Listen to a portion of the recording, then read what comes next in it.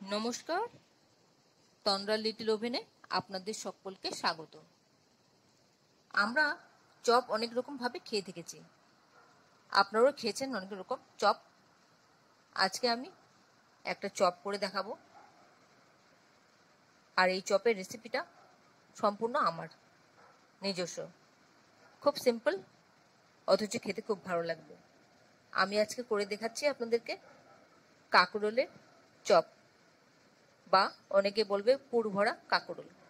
যা বলুন না কেন, রেসিপিটা দেখে নিই, চলুন। এখানে কিছু কাঁকরোল নিয়ে নিলাম।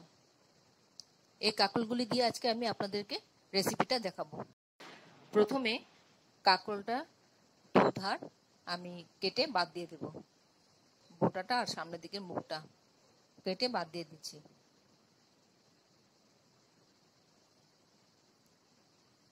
তারপর একটা ভেজিটেবল পিলার দিয়ে এই যে উপরে কাটা কাটা জিনিসটা, এটা চেঁচে ফেলে দেব। এইভাবে আস্তে আস্তে করে পুরোটা পরিষ্কার করে নেব। এইভাবে ধীরে ধীরে করে সবকটা আমি পরিষ্কার করে নেব। দেখুন উপরটা পুরো পরিষ্কার হয়ে গেল।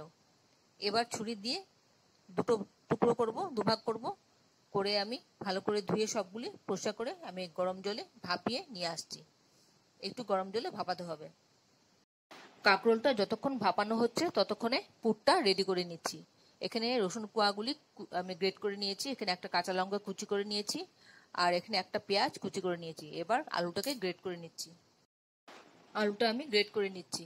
এই মুহূর্তে আপনারা কে কোথা থেকে, কোন শহর থেকে, কোন দেশ থেকে আমার এই রেসিপিটা দেখছেন, প্লিজ একটু কমেন্ট বক্সে কমেন্ট করবেন, আমার তাহলে খুব ভালো লাগবে। আর নতুন কোনো বন্ধু প্রথমবার আমার চ্যানেলটাকে দেখে থাকলে আপনাকে একটা বিগ হাগ জানাচ্ছি।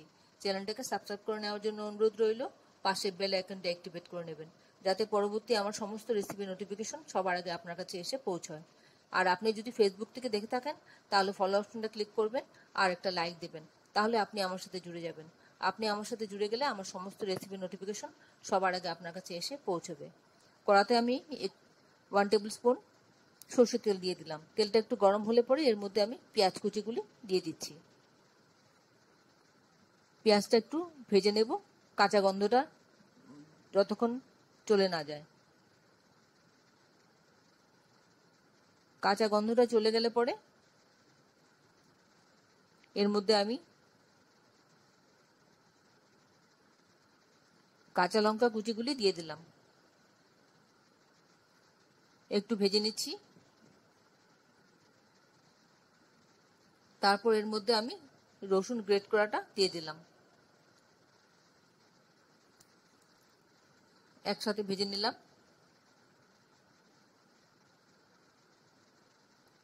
খানিকক্ষণ ভাজা হলে পরে সুন্দর অ্যারোমাটা যখন বেরোবে তখন এর মধ্যে আমি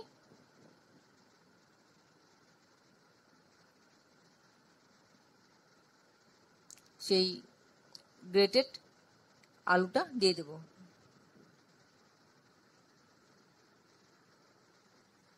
দিয়ে ভালো করে মিশিয়ে নেব। এবার একটু নুন দিয়ে দিচ্ছি স্বাদ মতন, আর একটু হলুদ গুঁড়ো দিয়ে দিচ্ছি। খুব সিম্পল, খুব সিম্পল, যে কেউ এটা খেতে পারবে, কোনো অসুবিধা হবে না, আর কোনো ঝুটঝামেলা নেই, যে কেউ বানাতে পারবে। খুব সাধারণভাবে আমি আপনাদেরকে করে দেখাচ্ছি। আর যদি আপনি এর মধ্যে বাদাম দিতে পারেন, কড়াইশুঁটি দিতে পারেন, অনেক কিছুই দিতে পারেন, এর মধ্যে কুচি কুচি নারকেলও দিতে পারেন, কিন্তু এগুলো না দিয়ে একটা সিম্পল ভাবে আমি করে আপনাদেরকে দেখাচ্ছি। একটু ভাজা ভাজা যখন হয়ে যাবে আলুটা, দেখুন সুন্দর লাল লাল হচ্ছে,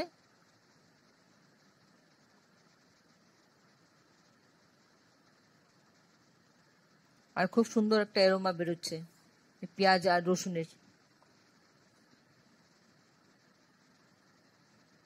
আমার হয়ে গেছে মোটামুটি পুরটা। এবার আমি পুরটা নামিয়ে নেব। কাঁকরোলগুলি ভাপিয়ে জল ঝরিয়ে ঠান্ডা করে নিয়ে এসেছি। এবার একটা চামচের সাহায্যে মধ্যখান থেকে বীজগুলো বার করে দেব। দেখুন আমি কিভাবে করছি, একদম সহজ, আরামসে বেরিয়ে আসবে। আমি আরেকটা করে আপনাদেরকে দেখাচ্ছি। ঠিক চামচ দিয়ে এইভাবে একটু দাবিয়ে দিলেই দানাগুলি বেরিয়ে আসবে। দেখুন, এইভাবে আমি সবগুলি দানা বার করে নিচ্ছি। এইভাবে আমি সবগুলি পরিষ্কার করে নিলাম। এবার এর ভিতরে পুর ভরবো। পুরটা আমি রেডি করে রেখেছিলাম, সেই পুরটা আমি অল্প অল্প করে নেব, নিয়ে এই কাঁকরোলের ভিতরে দিয়ে দেব। অল্প অল্প করে দিয়ে পুরটা ভরে নিচ্ছি। আমি আরেকটা করে দেখাচ্ছি।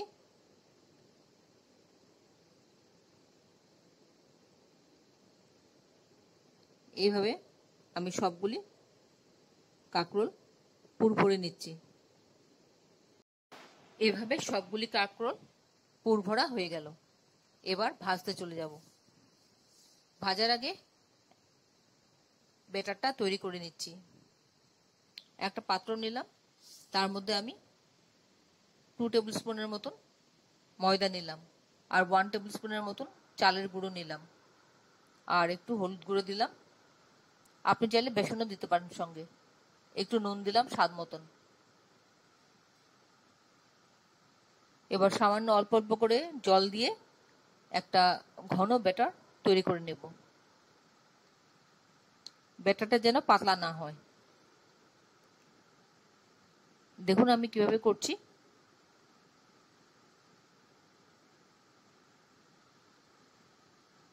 খুব ভালো করে মেশাতে হবে।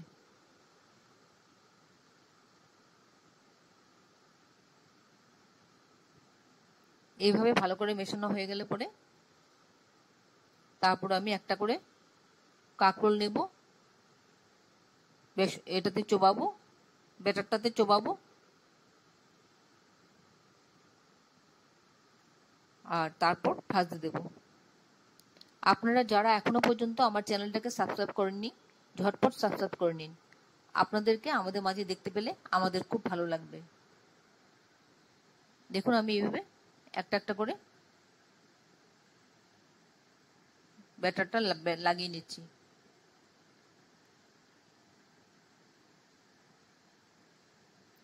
এবার কড়াতে সর্ষের তেল দিয়ে দিচ্ছি ভাজার জন্য।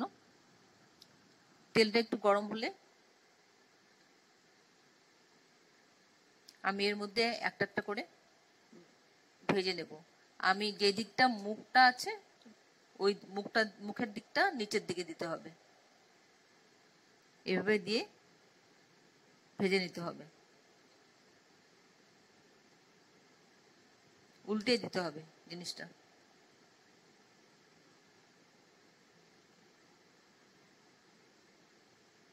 আর মিডিয়াম ফ্লেমে ভাজতে হবে।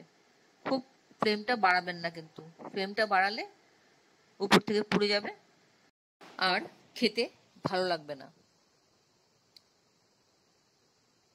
এগুলো আমি একটু ছাড়িয়ে দিচ্ছি, জোড়া লেগে গেছে। ছাড়িয়ে না দিলে উল্টাতে অসুবিধা হবে। আশা করি আপনাদের ভালো লেগেছে আমার এই সিম্পল রেসিপিটা। যদি ভালো লেগে থাকে তাহলে অবশ্যই একবার করে খাবেন আর একটা লাইক দেবেন। বন্ধুদের সাথে অনেক অনেক শেয়ার করবেন, যাতে অন্যরাও এভাবে করে খেতে পারে। এবার একটু উল্টে দিচ্ছি ওই দিকটা একটু ভাজা হওয়ার জন্য। আমি ততক্ষণই ভাজবো যতক্ষণ গোল্ডেন ব্রাউন কালার হয়। গোল্ডেন ব্রাউন কালার করে ভেজে নিলে খেতে বেশি ভালো লাগবে। এতক্ষণ ধৈর্য ধরে আমার এই রেসিপিটা দেখার জন্য আপনাদেরকে অসংখ্য অসংখ্য ধন্যবাদ। আপনারা সকলে ভালো থাকবেন, সুস্থ থাকবেন, ঈশ্বরের কাছে কামনা করি। আর এই ধরনের নতুন নতুন রেসিপি দেখতে আমার চ্যানেলটাকে সাবস্ক্রাইব করে নেবেন, পাশে বেল আইকনটা অ্যাক্টিভেট করে নেবেন, যাতে পরবর্তী আমার সমস্ত রেসিপির নোটিফিকেশন সবার আগে আপনার কাছে এসে পৌঁছয়। এইভাবে করে আপনি চায়ের সাথে খেতে পারেন, ইচ্ছা করলে আপনি ডাল দিয়ে খাওয়ার সময় খেতে পারেন, ডালের সাথে যেভাবে আপনার ভালো লাগে সেভাবে খেতে পারেন। খুব একদম সিম্পল, অথচ খেতে খুব মজাদার। অবশ্যই একবার করে খাবেন। আপনাদের যদি কোনো প্রশ্ন থাকে অবশ্যই কমেন্টসে জানিয়ে দেবেন, আমি উত্তর দিয়ে দেব। তাহলে ভিডিওটা আজকে এখানে শেষ করছি। আবার দেখা হবে আপনাদের সাথে পরবর্তী রেসিপিতে। ভালো থাকবেন সবাই। নমস্কার।